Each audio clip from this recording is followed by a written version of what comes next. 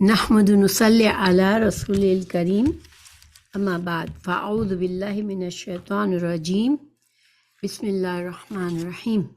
نماز کے بارے میں ہم پڑھ رہے ہیں، نماز میں نیت کے مسائل، کس طرح سے قیام کرنا ہے، کس طرح سے رکوع کرنا ہے، یہ سارے ہم نے ایک ایک چیز کے مسائل کو سیکھا۔ یہ تمام ہم تصاویر کے ساتھ ساتھ اور مسائل تمام احادیث کے ریفرنس سے ہم نے سیکھے ہیں ابھی تک۔ تو یہ آج ہمارا چوتھا لیسن ہے، چوتھا سبق ہے، جس میں ہم سجدے کے بارے میں پڑھیں گے۔ تو جو بھی چاہے کہ یہ جو اس لیسن کو سنے، اور اگر پچھلے 3 لیسن نہیں سنے ہیں تو اگر وہ سن لے تو انشاءاللہ نماز کے بارے میں بہت سارے مسائل پتہ چل جائیں گے۔ اور اس سجدہ کے بارے میں پڑھنے کے بعد بھی ہماری شاید 2 کلاسز اور ہوں گی جس میں نماز کے مسائل ہوں گے، شاید 3 ہو جائے۔ تو انشاءاللہ ہم شروع کرتے ہیں۔ اعوذ باللہ من الشیطان الرجیم، بسم اللہ الرحمن الرحیم۔ باب یہوی بالتکبیر حین یسجد، باب سجدے کے لیے اللہ اکبر کہتا ہوا جھکے۔ تو سجدہ جب ہم نے قیام کر لیا، ہم نے رکوع کر لیا، رکوع سے کھڑے ہونے کے بعد ہم نے قومے میں کچھ دیر کھڑا ہونے کے بعد جب ہم سجدے میں جاتے ہیں تو اللہ اکبر کہہ کر ہمیں سجدے میں جھکنا ہے۔ اور سجدے میں جب ہم جھکتے ہیں زمین کی طرف تو پہلے ہمیں سجدہ کرتے وقت اپنے ہاتھوں کو زمین پر ٹیکنا ہے، پھر گھٹنوں کو ٹکانا ہے، پھر سجدے میں جانا ہے۔ اس کے لیے حدیث ہے، ابو ہریرہ رضی اللہ عنہ سے روایت ہے کہ رسول اللہ صلی اللہ علیہ وسلم نے فرمایا، تم میں سے کوئی سجدہ کرے تو اونٹ کی طرح نہ بیٹھے، بلکہ اپنے دونوں ہاتھ گھٹنوں سے پہلے زمین پر رکھے۔ ہم تصویر میں دیکھتے ہیں، جیسے دیکھیے ہاتھوں کو پہلے زمین پر رکھنا ہے اور گھٹنوں کو ابھی تک نہیں جھکایا ہے، تھوڑا سا صرف اس حد تک کہ زمین تک ہاتھ پہنچ جائے، اور اس کے بعد گھٹنوں کو زمین پر ٹکانا ہے۔ ہاتھ زمین پر ٹک گئے، پھر گھٹنوں کو زمین پر ٹکانا ہے، اور اس کے بعد اس تصویر میں واضح ہوتا ہے کہ گھٹنے زمین پر اب ٹک چکے ہیں، ہاتھ زمین پر پہلے سے تھے، اب ان کو سجدے میں ہم کو جانا ہے۔ سجدے کی حالت میں کیسے ہمیں جانا ہے، کھڑے ہوئے سچویشن سے ہم اللہ اکبر کہہ کر پہلے ہاتھوں کو زمین پر رکھتے ہیں، دونوں ہاتھوں کو، اس کے بعد گھٹنوں کو جھکاتے ہیں اور پھر گھٹنوں کو زمین پر رکھ کے پھر سجدے میں جاتے ہیں۔ تو یہ ابو داؤد کی حدیث 840 ہے۔ پھر سجدے میں پیشانی اور ناک زمین پر ٹکانی ہے۔ دیکھیں یہاں پر سجدے میں پیشانی بھی اور ناک بھی زمین پر ٹکانی ہے ہم کو۔ پھر سجدے میں دونوں ہاتھ کندھوں کے برابر رکھنے ہیں یا پھر کانوں کے برابر بھی رکھ سکتے ہیں۔ تو یہاں پر جو ہے کندھوں کے برابر ہے دونوں ہاتھ، یہ ہتھیلیاں ہماری زمین پر ہے، اور ہتھیلیاں جو ہے وہ بہت زیادہ انگلیاں آپس میں کھلی ہوئی نہیں ہے، اور ہتھیلیاں دونوں کندھوں کے برابر ہے۔ کانوں کے برابر بھی رکھنے کی کچھ شواہد موجود ہیں، کچھ احادیث موجود ہیں، تو کانوں کے برابر رکھنا بھی درست ہے۔ پھر سجدے میں دونوں ہتھیلیاں اور دونوں گھٹنے زمین پر خوب ٹکانا ہے، ٹھیک ہے۔ اچھا، نبی کریم صلی اللہ علیہ وسلم نے فرمایا، اس شخص کی نماز نہیں جس کی ناک پیشانی کی طرح زمین پر نہیں لگتی ہے۔ اس حدیث کا جو حوالہ ہے وہ یہ سنن دارالقطنی کی حدیث ہے اور حدیث نمبر 348 ہے۔ پھر پاؤں کی انگلیوں کو سرے قبلے کی طرف مڑے ہوئے رکھیں اور دونوں قدم بھی کھڑے رکھیں۔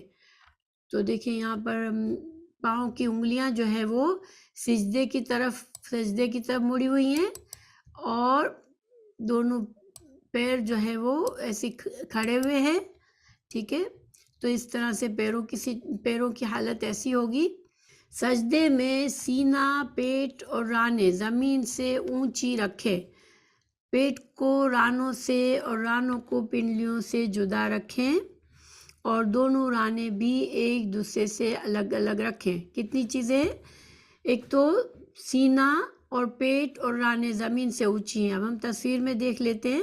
دیکھیں اس تصویر میں انسان کا سینہ جو ہے وہ اونچا ہے زمین سے، اور اس کی رانیں جو ہیں، یہ رانوں کی پوزیشن ہے یہاں پر، اور پیٹ جو ہے وہ رانوں سے جڑا ہوا نہیں ہے، ٹھیک ہے، پیٹ الگ ہے، رانوں سے جڑا ہوا نہیں ہے۔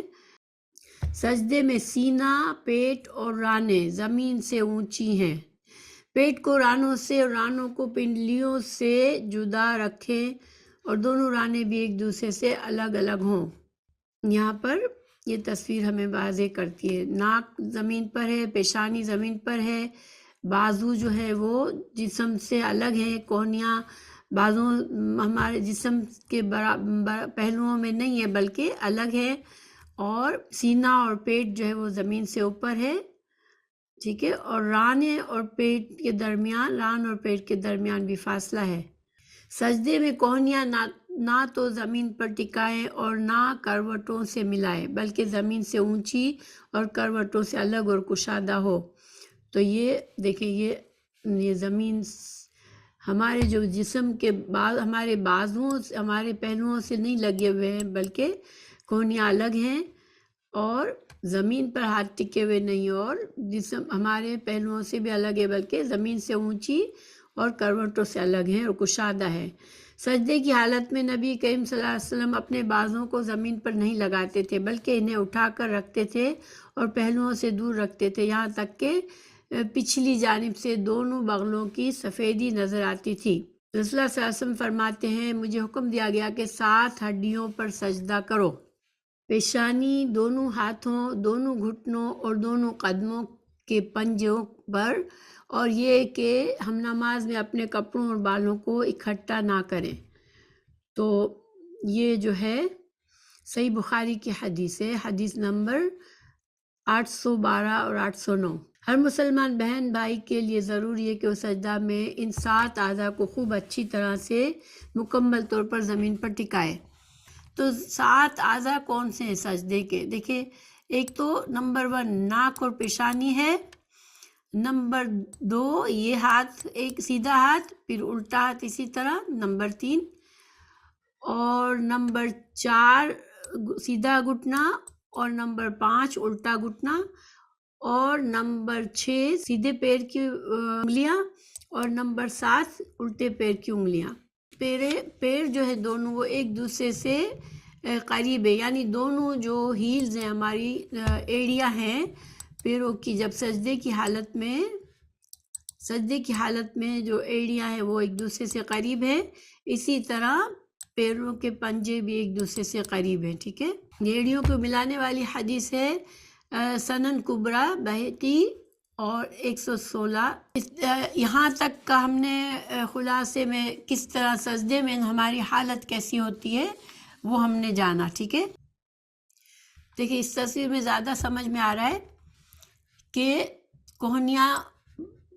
کوہنیوں کا فاصلہ ہے، ٹھیک ہے، اور پھیلی ہوئی ہیں ہتھیلیاں، ہمارے ہاتھ جو ہے وہ یہاں پر کانوں کے برابر ہے۔ پہلی تصویر میں ہتھیلیاں جو تھی وہ کاندھوں کے برابر تھی، تو دونوں طرح سے صحیح ہے، ٹھیک ہے۔ اب ہم حدیث پڑھتے ہیں صحیح بخاری کی۔ حضرت ابو ہریرہ رضی اللہ عنہ سے ثابت ہے یہ عمل کہ جب آپ نماز کے لیے کھڑے ہوتے تو تکبیر کہتے، رکوع میں جاتے تو تکبیر کہتے، پھر سمع اللہ لمن حمدہ کہتے، اس کے بعد ربنا ولک الحمد سجدہ سے پہلے، پھر جب سجدہ کے لیے جھکتے تو اللہ اکبر کہتے، پھر سجدہ سے سر اٹھاتے تو اللہ اکبر کہتے، پھر دوسرا سجدہ کرتے وقت اللہ اکبر کہتے، اسی طرح سجدے سے سر اٹھاتے تو اللہ اکبر کہتے۔ 2 رکعت کے بعد قاعدہ اولا کرنے کے بعد جب کھڑے ہوتے تو تب بھی تکبیر کہتے، اور آپ ہر رکعت میں ایسے ہی کیا کرتے تھے یہاں تک کہ نماز سے فارغ ہو جاتے تھے۔ نماز سے فارغ ہونے کے بعد فرماتے کہ اس ذات کی قسم جس کے ہاتھ میں میری جان ہے، میں تم میں سب سے زیادہ نبی کریم صلی اللہ علیہ وسلم کی نماز سے مشابہ ہوں، اور آپ اسی طرح نماز پڑھتے رہے یہاں تک کہ آپ دنیا سے تشریف لے گئے۔ اس حدیث کی عربی کس لیے نہیں پڑھی کہ ہم یہ حدیث پڑھ چکے ہیں پچھلے سبق میں، ٹھیک ہے۔ آپ سجدے میں دونوں بازو کھلے اور پیٹ رانوں سے الگ رکھے، ان کی تصاویر کو ہم دیکھ چکے ہیں، اس حدیث کو ہم پڑھ لیتے ہیں۔ حدثنا یحییٰ بن بکیر قال حدثنا بكر بن مضر عن جعفر بن ربيعة عن ابن هرمز عن عبد الله بن مالك بن بحينة أن النبي صلى الله عليه وسلم كان إذا صلى فرج بين يديه حتى يبدو بياض إبطيه. وقال الليث حدثني جعفر بن ربيعة نحوه. ہم سے یحییٰ بن بکیر نے بیان کیا، کہا مجھ سے بکر بن مدر نے عفر بن ربیعہ سے بیان کیا، انہوں نے عبد الرحمن بن ہرمز سے، انہوں نے عبداللہ بن مالک بن بحینہ سے۔ نبی کریم صلی اللہ علیہ وسلم جب نماز پڑھتے سجدے میں اپنے دونوں بازوؤں کو اس قدر پھیلا دیتے کہ بغل کی سفیدی ظاہر ہو جاتی۔ لیث بن سعد نے بیان کیا کہ مجھ سے بھی جعفر بن ربیعہ نے اسی طرح حدیث بیان کی۔ تو یہ ہم تصویر دیکھ چکے ہیں کہ اس میں ہاتھ جو ہے کس قدر، ہاتھ دیکھیں یہ دونوں اس تصویر میں بہت واضح ہے کہ ہاتھ کس قدر کوہنیاں پھیلی ہوئی ہیں کہ اگر اس طرف سے کوئی دیکھے، ہم پیچھے سے دیکھے تو اس کو انسان کی بغلیں نظر آتی ہیں۔ تو اس حدیث سے ہمیں، یہ صحیح حدیث میں، بخاری کی حدیث میں ہمیں پتہ چلتا ہے۔